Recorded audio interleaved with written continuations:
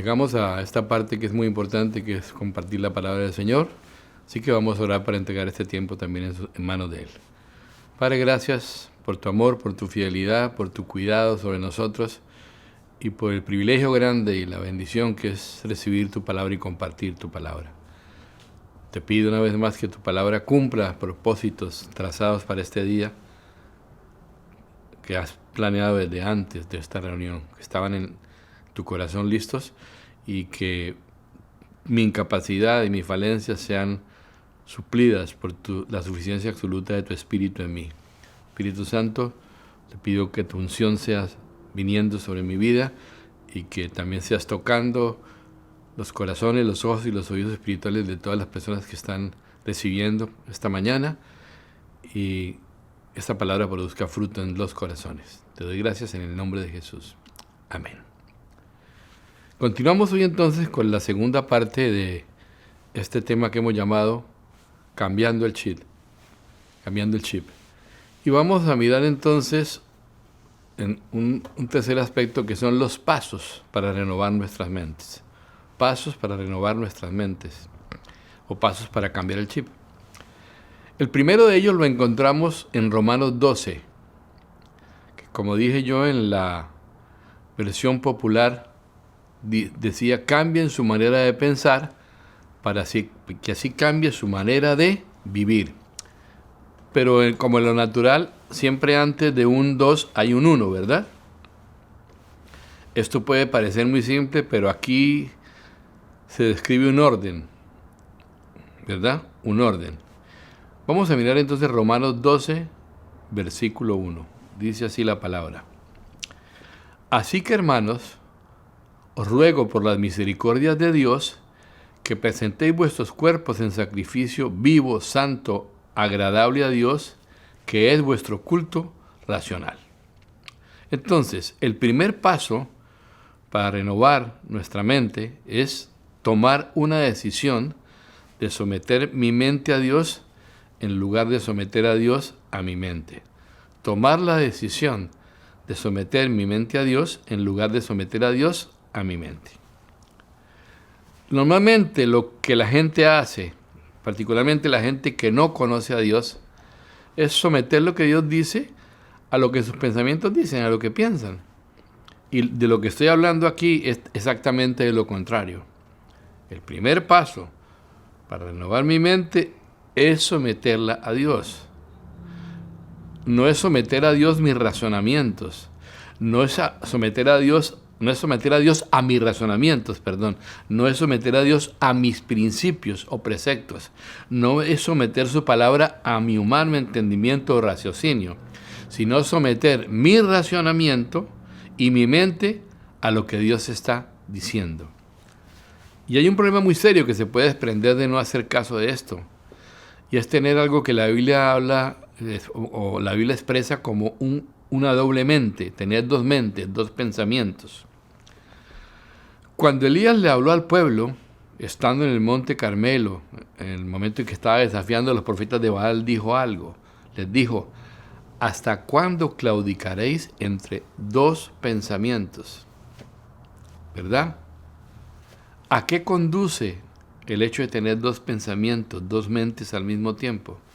Pues nos lleva a lo mismo que le sucedió al pueblo de Israel. ¿Qué pasaba con ellos? Como les dice la Escritura, no sabían si Baal era Dios o si Jehová era Dios.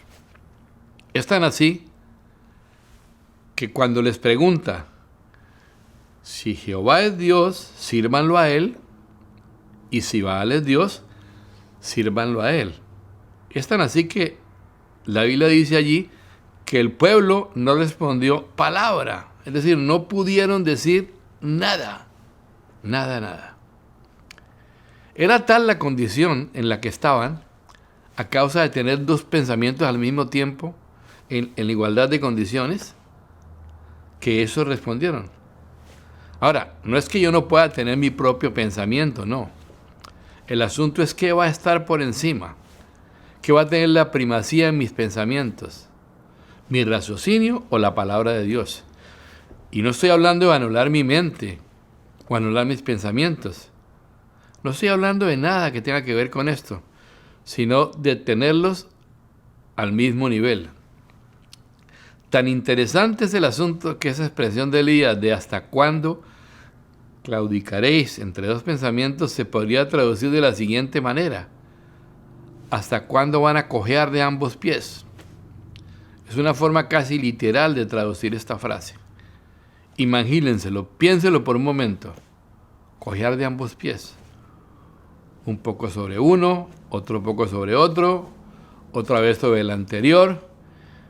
Vuelve al mismo, uno y otro y otro y otro. ¿Habla la Biblia del Nuevo Testamento sobre algo así, sobre esto mismo? Sí. En la carta de Santiago hay otra referencia a este mismo grave problema en las vidas de muchos cristianos. Dos pensamientos, dos mentes al mismo tiempo. Miremos entonces Santiago 1:8. Santiago 1:8 dice así: el hombre de doble ánimo es inconstante en todos sus caminos. La traducción aquí más exacta es el hombre de dos mentes. Entonces, el primer paso definitivamente es este, así como dice Romanos.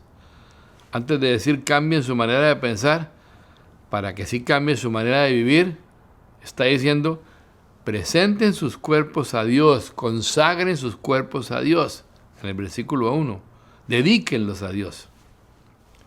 Bueno, esto sonaría muy raro para aquellos que son estoicos de alguna forma, los que piensan que el cuerpo es malo, que el problema para servir a Dios es el cuerpo, por lo tanto hay que maltratarlo. Para ellos el cuerpo es algo casi que satánico. De modo que así había santos, aunque bueno, solo Dios sabe si de verdad lo eran, que la santidad la buscaban poniendo piedras en sus zapatos o torturándose cada noche en su cuarto a solas, azotándose, rasgándose la espalda, porque el cuerpo era el problema, pero en realidad no es así. La Biblia dice que el Señor es para el cuerpo y el cuerpo es para el Señor. El cuerpo no es malo, no debemos confundir carne con cuerpo.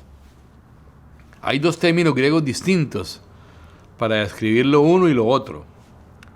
Uno es el término para cuerpo, que es soma, y otro es el término para carne, que es sarx. Son dos cosas distintas. Y aquí lo que se está diciendo es presenten sus cuerpos a Dios, sus miembros a Dios, dedíquenlos a Dios, conságrenlos a Dios. Si queremos renovar nuestra mente, lo primero que debemos hacer es someterla al gobierno del Señor.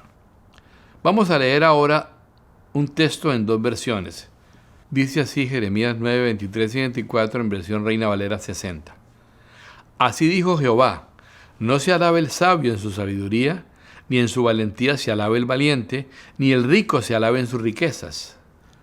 Mas alábese en esto el que se hubiere de alabar, en entenderme y conocerme, que yo soy Jehová, que hago misericordia, juicio y justicia en la tierra, porque estas cosas quiero, dice Jehová. Veamos otra versión.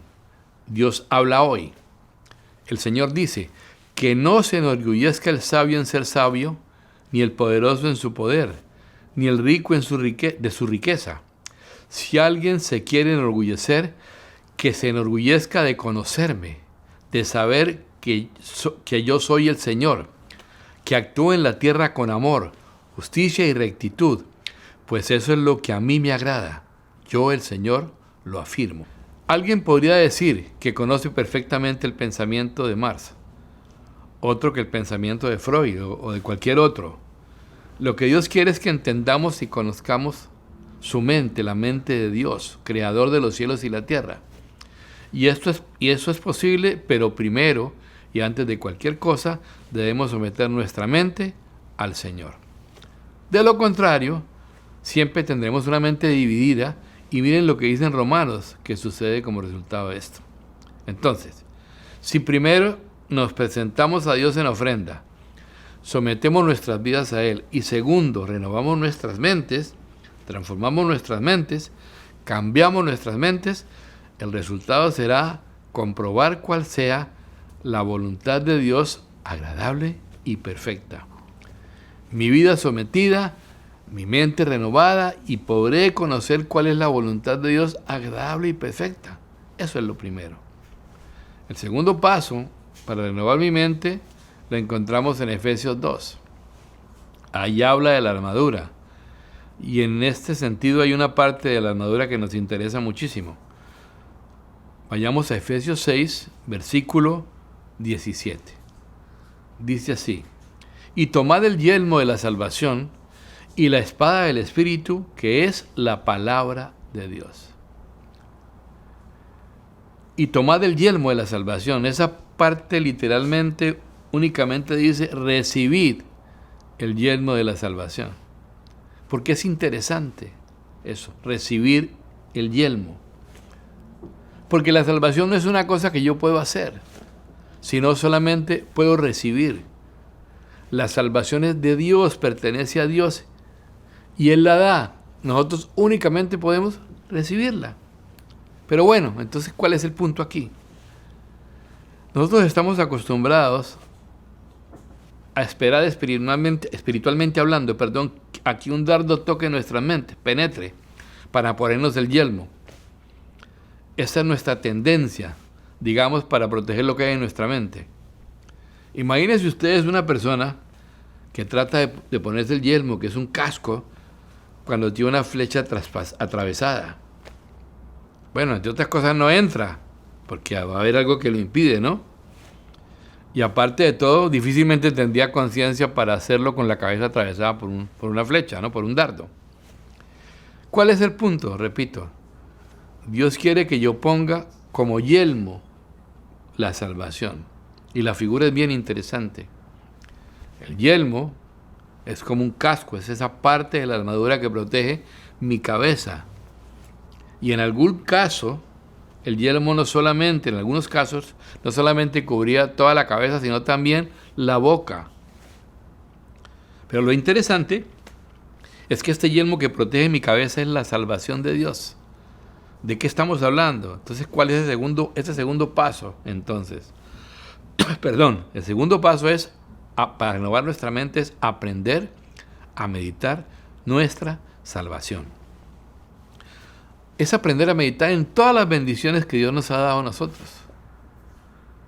Meditar nuestra salvación es poner nuestra mente en aquellas realidades de quiénes somos en Cristo, qué tenemos en Cristo y qué podemos en Cristo.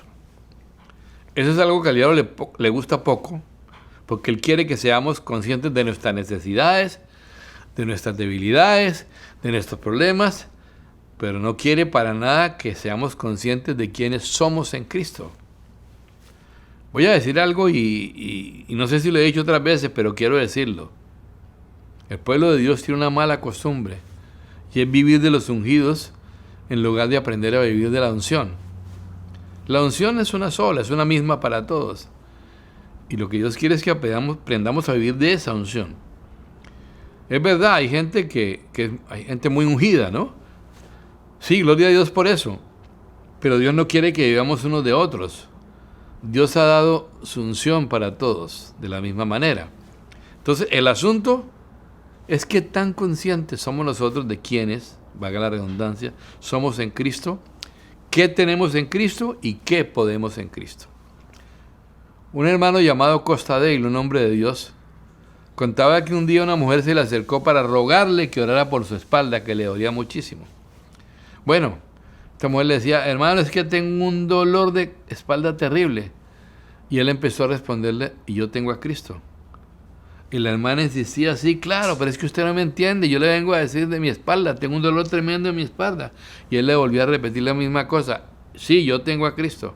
Bueno, finalmente esta mujer se desesperó, porque cada vez que ella le pedía que orara por su espalda, él le decía lo mismo, que él tenía a Cristo.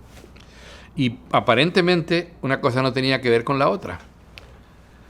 Hasta que ella casi gritando le dice, sí, yo también tengo a Cristo. Entonces él le dice, perfecto. Eso es lo que yo quería que usted entendiera. Que usted también tiene a Cristo. Una de las cosas que busca el adversario es que yo sea mucho más consciente de lo que me rodea que del que me rodea. El diablo quiere que yo sea mucho más consciente de lo que me rodea que de el que me rodea. Y definitivamente hay una gran diferencia entre las dos cosas. Pregunta, cuando yo miro a mi alrededor, ¿qué veo? ¿Lo que me rodea o al que me rodea? Si yo veo al que me rodea, la cosa cambia fundamentalmente, varía. Pero si únicamente veo lo que me rodea, voy a vivir en función de eso, de lo que me rodea. No olviden algo, un principio importante que hay que tener presente. Mi visión me gobierna. Mi visión me gobierna. La visión que hay en mi corazón, en mi mente, me traza un camino. Se me convierte en un camino. ¿Cuál es la consecuencia de esto? Si mi visión es incorrecta, voy a caminar un camino incorrecto. Si mi visión no es conforme a Dios, recorreré entonces un camino diferente al camino de Dios. Pero si mi visión es conforme a Dios, al Señor, estoy metido en el camino correcto, en la línea correcta. Pero sea cual sea mi visión, ella me va a trazar un camino, me va a establecer unos límites. Y recuerden que ya hemos dicho esto, lo que yo medito se convierte en mi realidad al cabo de un tiempo. Lo que yo medito se convierte en mi realidad al cabo de un tiempo. Una historieta o tira cómica llamada Condorito, no sé cuánto la conozcan o recuerden. Bueno, el personaje Condorito, el protagonista, va hacia la casa de un vecino a pedirle unas tijeras que necesitaba para cortar el césped. Y mientras caminaba hacia allá, comenzó a pensar estas cosas. Voy a llegar y me va a decir que las tiene ocupadas, o que se le dañaron, o que se las prestó al vecino, o me va a decir seguramente que las regaló o que las vendió. Entonces así, pensando así, él se iba acercando a la casa del vecino. Y claro, cuando llegó finalmente a la puerta de su vecino, llegó furioso, tocó la puerta, el vecino le habló y le dijo, «¡Quédese con sus tijeras!». Bueno, es una historieta poco absurda, pero es así. Él meditó tanto en un asunto que cuando llegó furioso y lo asumió, lo que había pensado como una realidad, y ni siquiera le dio la oportunidad al vecino de que supiera para qué había ido. El asunto es este, lo repito, lo que yo medito se convierte en mi realidad. ¿Qué estás meditando? ¿En qué estás meditando? ¿En lo que dice Dios? ¿O en lo que dictan las circunstancias? ¿O en lo que los hombres dicen? Piénsalo particularmente para este tiempo especial que estamos atravesando. Si yo entiendo que Dios es veraz y todo hombre mentiroso, como dice la palabra, y que Dios es absoluto y que todo lo demás es relativo, tendré entonces el camino abierto para creer lo que Él dice y meditar en lo que Él me dice acerca de las situaciones que me rodean o de los problemas que me rodean, en lugar de estar meditando continuamente en lo que me rodea. Esa es una gran diferencia que puede hacer una brecha en nuestra vida. ¿Soy consciente de lo que me rodea o soy consciente de aquel que me rodea? Si Él, el Señor, es digno de crédito, yo puedo empezar a meditar en lo que Él dice, así pueda resultar absurdo, aparentemente o contradictorio con lo que mis ojos o mis sentidos me están señalando. Por otro lado, siempre va a haber intento del enemigo de que yo únicamente sea consciente de mis debilidades, de mis problemas, de mis necesidades, de mis dificultades, con tal de que yo no tenga tiempo de meditar en quién soy en Cristo. Y a menos de que yo entienda esto de quién soy en Cristo, no voy a poder cumplir las demandas de Dios de manera satisfactoria. Y por eso Pablo en esta carta que estamos leyendo, la carta de los Efesios, en la primera parte de los primeros 3 capítulos, los dedica exclusivamente a enseñar a los creyentes quiénes eran en Cristo, qué tenían en Cristo y qué podían en Cristo. Ellos debían ser conscientes de su posición como hijos de Dios, que es la misma que tú y yo tenemos. Ahora, ¿qué es meditar? Bueno, cuando hacemos la clase de meditación de la palabra, meditar se puede traducir como rumiar, y es lo que ustedes ven que hacen las vacas o los herbívoros, que parecen como un jugador de béisbol de grandes ligas, ¿no? Mascando. Las mandíbulas bailan, como mascando tabaco. Y entonces uno podría decir, cuando las ve hacer eso, que sin caer en un error, que la vaca está meditando. En serio, porque literalmente meditar significa rumiar. ¿Qué estoy diciendo? ¿A qué me refiero cuando digo que meditemos en nuestra salvación? Bueno, que hay que rumiar la salvación. Hay que traerla una y otra vez, traer cada promesa de Dios. Nunca olviden que salvación es mucho más que no ir al infierno. ¿Verdad? Porque si salvación fuera eso, ya se acabó la salvación para nosotros. Pero es solamente la primera parte. Salvación es solamente la primera parte, el principio de todo lo demás que Dios tiene. Salvación es todo el favor de Dios operando hacia mí, en mí, a través de mí. Todo su favor. Y lo que Dios quiere es que yo me apropie de todo eso, meditándolo, rumiándolo, masticándolo. ¿De qué nos alimentamos? ¿Qué es lo que estamos rumiando en nuestra mente? Es una buena pregunta, ¿no? Si alguien realmente puede decir, mira, mi mente está meditando en Dios únicamente, continuamente, lo que Dios dice, gloria a Dios por eso. Pero haciendo honor a la verdad un poco, no muchos podríamos decir, siendo honestos, que nuestra mente está continuamente meditando en la palabra de Dios. Sino que hay muchas cosas más que masticamos, ¿no? Muchas cosas más que continuamente estamos rumiando. Y lo curioso es que después nos sorprendemos de ciertas actitudes que resultan en nosotros, ¿no? Pues, mis amados, son el resultado de lo que hemos meditado. Son el resultado de lo que hemos masticado una y otra vez. Son el resultado de aquello que nos hemos alimentado una y otra vez. Pues ello se va a manifestar en cómo nos comportaremos ante esta u otra situación. Entonces el primer paso es consagrar mi mente al Señor. Pero aquí ya estamos entrando en una cosa mucho más práctica. Debo entonces empezar a poner en mi mente continuamente, en este caso, el yelmo de la salvación. Es decir, centrar mi mente en las promesas de Dios, en las bendiciones de Dios para mí, en lo que es salvación de Dios para mí. Esta meditación en esas cosas se convierte en un yelmo que me protege. Así que podrán ir y venir subliminales o lo que sean, cosas directas por toda la atmósfera, por todos los aires, podrá haber cantidad de estrategias satánicas para tratar de afectar nuestra mente, pero mientras el yelmo esté puesto, no hay ninguna dificultad, ¿verdad? ¿Lo crees? Así es, no hay ninguna dificultad. Pero este yelmo de la salvación, ese yelmo es la meditación de la salvación. Es meditar continuamente, repito, en las bendiciones de Dios, volviendo a Efesios, lo que yo soy, lo que tengo y lo que yo puedo en Cristo. Lo que yo soy, lo que yo puedo y lo que tengo en Cristo.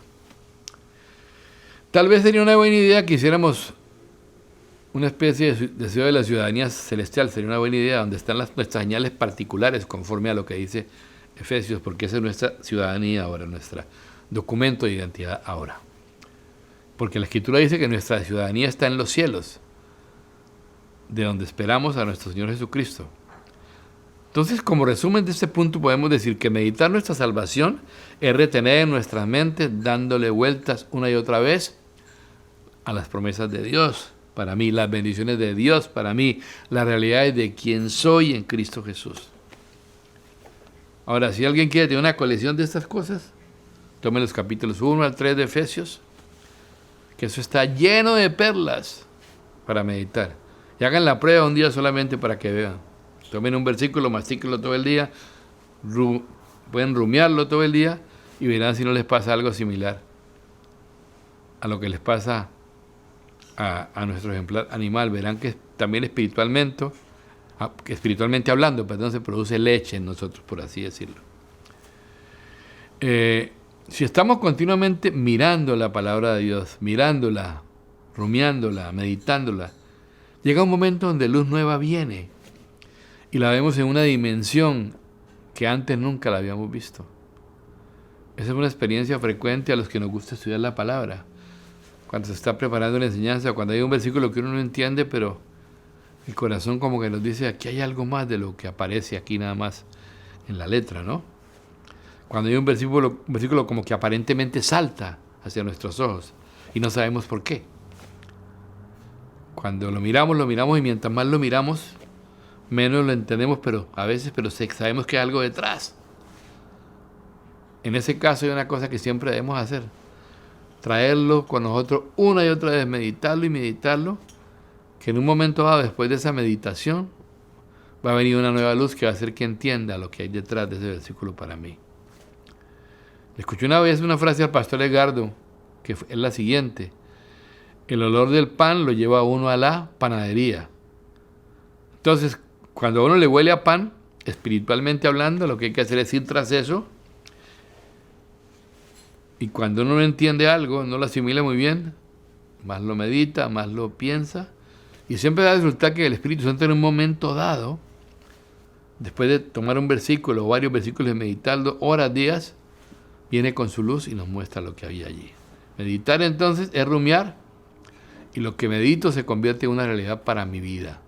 Eso sí es meditación trascendental. Vamos al tercer paso en Isaías 26.3, el tercer paso para renovar nuestras mentes. ¿Qué dice Isaías 26.3? Tú guardarás en completa paz aquel cuyo pensamiento en ti persevera, porque en ti ha confiado. El tercer paso es mantener nuestras mentes en Dios. Mantener nuestras mentes en Dios. ¿Cuál va a ser el resultado? El resultado que aparece aquí según el profeta Isaías es que seremos guardados en completa paz. En el punto anterior estuvimos hablando de meditar en la salvación, en las promesas de Dios, en las bendiciones de Dios para nosotros, pero ahora estamos hablando de meditar en toda la palabra, llenar mi mente de la totalidad de la palabra. Y esto se puede dividir en dos aspectos. Uno, meditar en toda la palabra. Y hay un pasaje que nos habla de esto. Creo que ya mencionamos este pasaje en nuestra reunión del domingo pasado. Salmo 1, versículo 1. Bienaventurado el varón que no anduvo en consejo de malos, ni estuvo en camino de pecadores, ni en silla de escarnecedores se ha sentado. Pero aquí viene el contraste. El versículo 2. Sino que en la ley de Jehová está su delicia, y en su ley medita de día y de noche. ¿De qué está hablando? Está hablando de un seguro de vida contra todo ataque del diablo en nuestras mentes. Habla de una meditación permanente de la palabra de Dios en nosotros, un masticarla continuamente, no solamente meditar en las bendiciones como hablábamos en el punto anterior. Mira lo que dice del resultado en el versículo 3, un versículo más. Versículo 3, Salmo 1, versículo 3. Será como árbol plantado junto a corrientes de aguas, que da su fruto en su tiempo y su hoja no cae, y todo lo que hace prosperará. Ese es el resultado. ¿De dónde viene todo esto?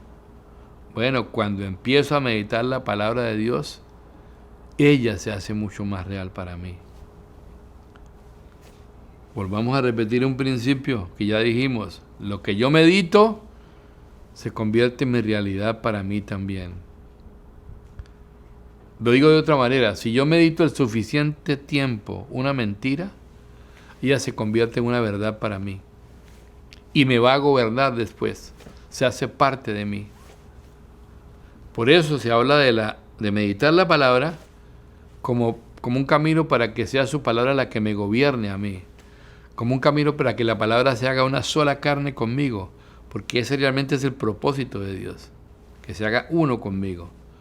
Porque Dios envió a su Hijo al mundo, quien también es conocido, llamado el Verbo de Dios. Cuando dice el Verbo se hizo carne, como dice la Escritura en Juan 1. Entonces Dios manifestó su deseo de que su palabra se haga carne en nosotros. Y uno de los caminos para ello es la meditación permanente de esa palabra. Se hace más real, más vívida. Y una cosa que pasa, que mientras más medito en ella, más deseo estar así. más empieza a crecer en mi interior un deseo de estar metido completamente en su palabra. ¿Saben que una buena forma de saber quién está alimentándose bien de la palabra? Es que un indicador es que quien más lo hace, más hambre tiene de ella, más deseo tiene de estar en ella continuamente. Vamos a mirar otro versículo para confirmar este principio que estamos viendo en Josué 1. Vamos a leer Josué 1.8, versión Biblia de las Américas. Josué 1.8, Biblia de las Américas. Esta dice así, esta versión.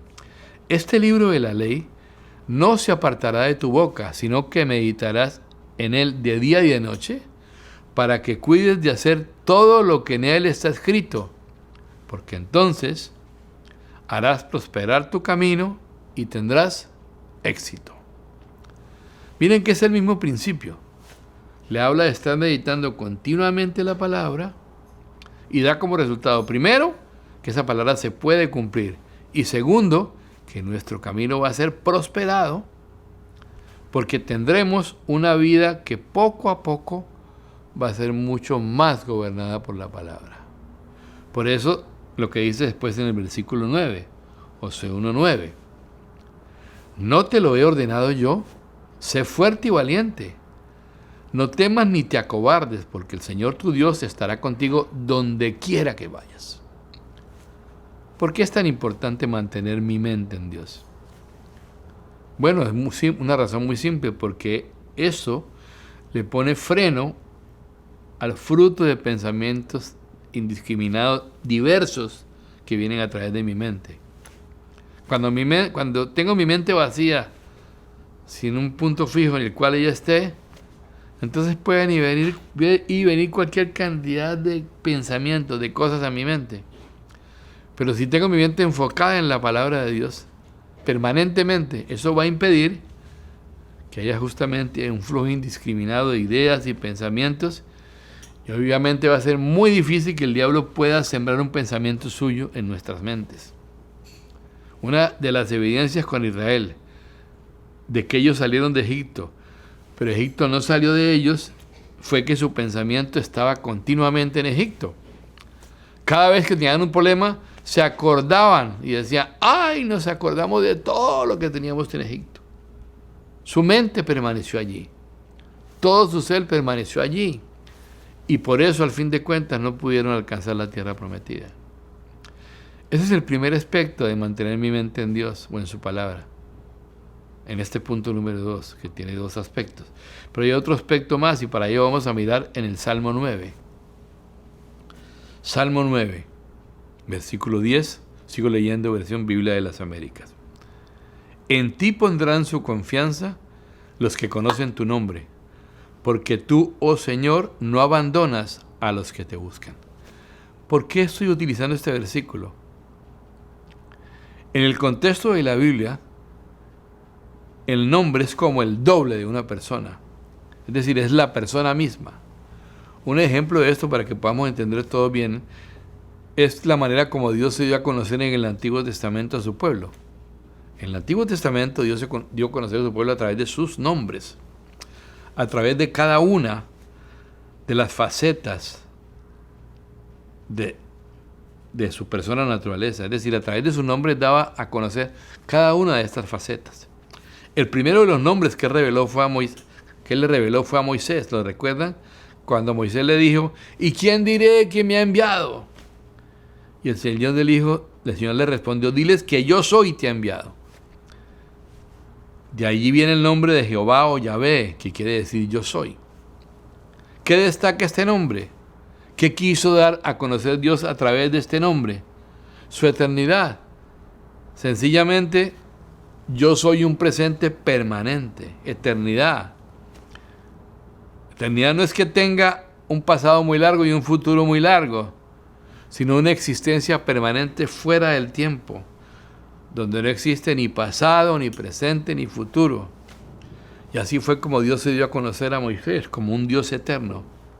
Pero Dios sigue haciendo, en el Antiguo Testamento sigue dándose a conocer a través de otros de sus nombres. Alguna vez entonces se dio a conocer como Jehová Rafa, que quiere decir Jehová es, el Señor es mi sanador. Otras veces como Jehová Nisi, que quiere decir el Señor es mi escudo, y así, a través de sus nombres se dio a conocer siempre. ¿Qué es lo que queremos decir en esta parte? Cuando hablamos de meditar en el nombre del Señor, lo que queremos decir es meditar en quién es Dios. En quién es Dios. Algo similar sucede con nuestro Señor Jesucristo. Antes de venir, sucedía porque Él era el Verbo eterno de Dios. Él era la segunda persona de la Trinidad, también eterna. Pues Jesucristo también tenía otros nombres. Miremos Isaías 9, versículo 6. ¿Qué dice aquí?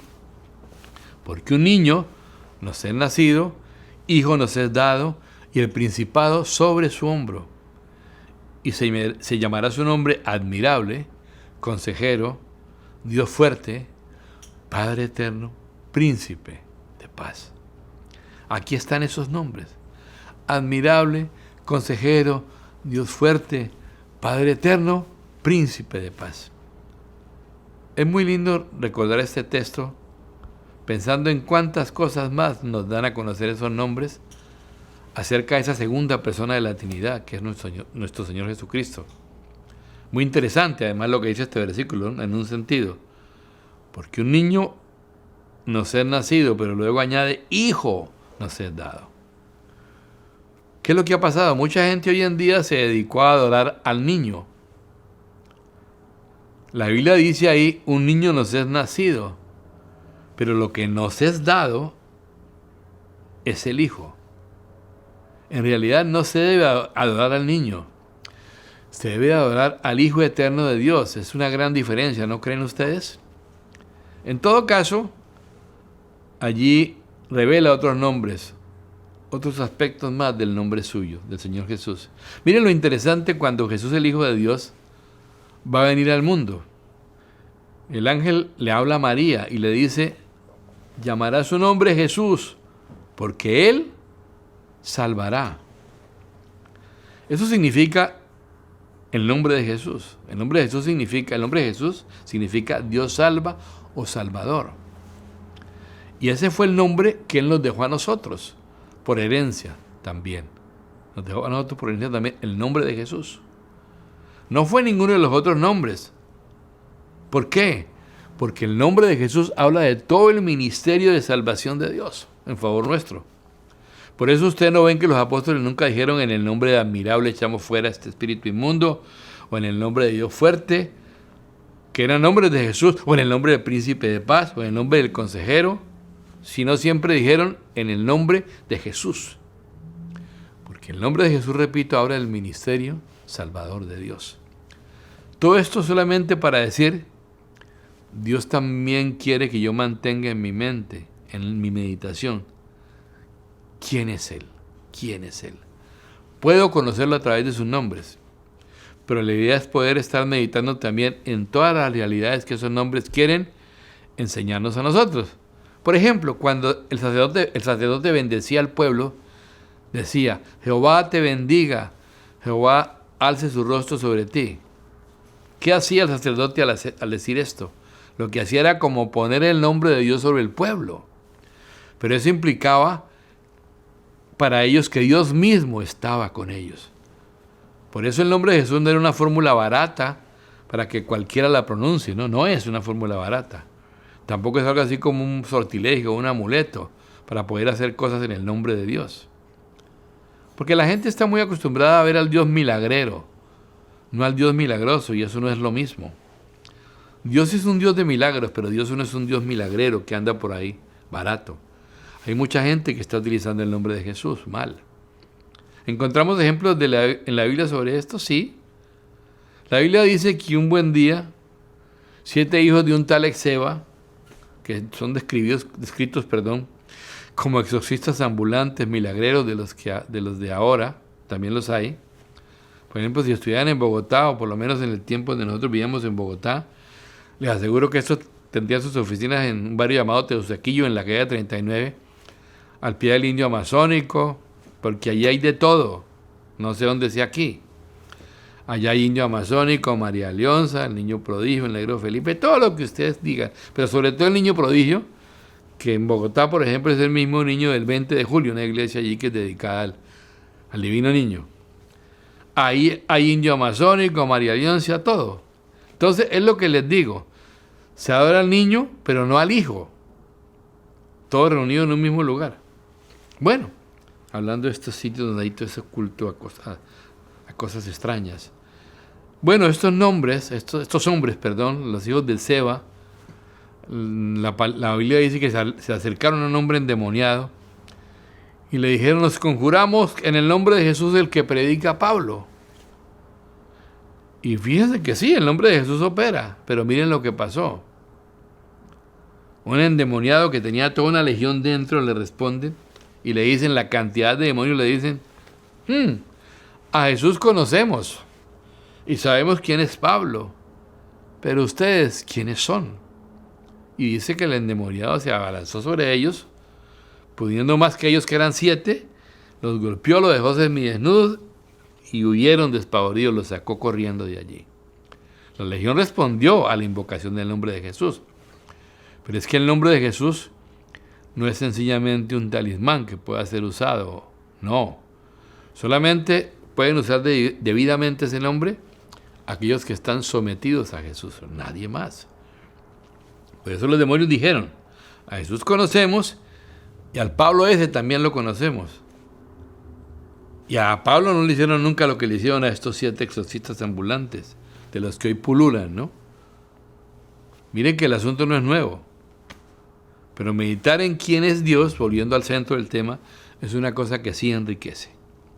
Cuando yo empiezo a meditar en sus nombres, puedo empezar a meditar en esas realidades que me están dejando ver esos nombres. ¿Cuál es la realidad del nombre de Jesús? ¿Cuánto me dejó Dios en ese nombre? ¿Cuánto me dejó en Él al dejarme su nombre como herencia? Es la persona misma. Y todos los nombres de Dios, ¿cuánto nos están revelando? Mire, yo les aseguro una cosa. Si pusiéramos realmente en práctica toda esta clase de meditación, que es la auténtica, repito, meditación trascendental, porque trasciende de verdad, le digo que no nos quedaría tiempo para nada más. No habría tiempo para ese ir y venir de pensamientos desordenados. Y habría un seguro permanente siempre cubriendo nuestras mentes, como es la voluntad de Dios. Y se estaría operando de manera continua una renovación de nuestros pensamientos. ¿Por qué? Porque los pensamientos viejos estarían siendo arrojados y los nuevos traídos de la palabra de Dios siendo puestos en su lugar. Y seguiría cumpliéndose lo que dice Proverbios. ¿Cuál es el pensamiento? Tal es él. Pero ahora el pensamiento sería, o su pensamiento, como dice aquí, sería la palabra de Dios. Entonces tal sería la persona conforme a la palabra. Esto, repito, para aquellos que han rendido sus vidas al gobierno de Dios a través de Cristo. Oremos ahora. Padre, gracias por tu palabra. Gracias por estos aspectos que hemos visto, 3 maneras de renovar nuestra mente, herramientas que tú has dado en tu palabra para hacerlo. Padre, yo te pido que pongas denuedo y deseo en nuestros corazones y disposición a empezar a renovar nuestra mente de forma deliberada, que es la única manera en que podemos alcanzar la plenitud de todo lo que tú te has propuesto con nosotros. Y Padre, también que todo lo que debamos cambiar, que toda la parte de ese chip que debemos cambiar en este tiempo especial, no solo en cuanto a aspectos personales, sino en cuanto a muchas maneras de hacer las cosas, podamos entenderlas como una oportunidad, como una bendición en medio de todo esto, y que nos atrevamos a hacer aquellos cambios que tú estás proponiendo por tu Espíritu Santo en medio de este tiempo especial en que estamos. Entonces, gracias en el nombre de Jesús. Mis amados hermanos, gracias por compartir en esta mañana. Nos vemos el próximo domingo por este mismo medio por ahora, para compartir juntos y recibir toda la bendición que Dios tiene para nosotros y seguir extendiendo su reino. Que Dios les bendiga.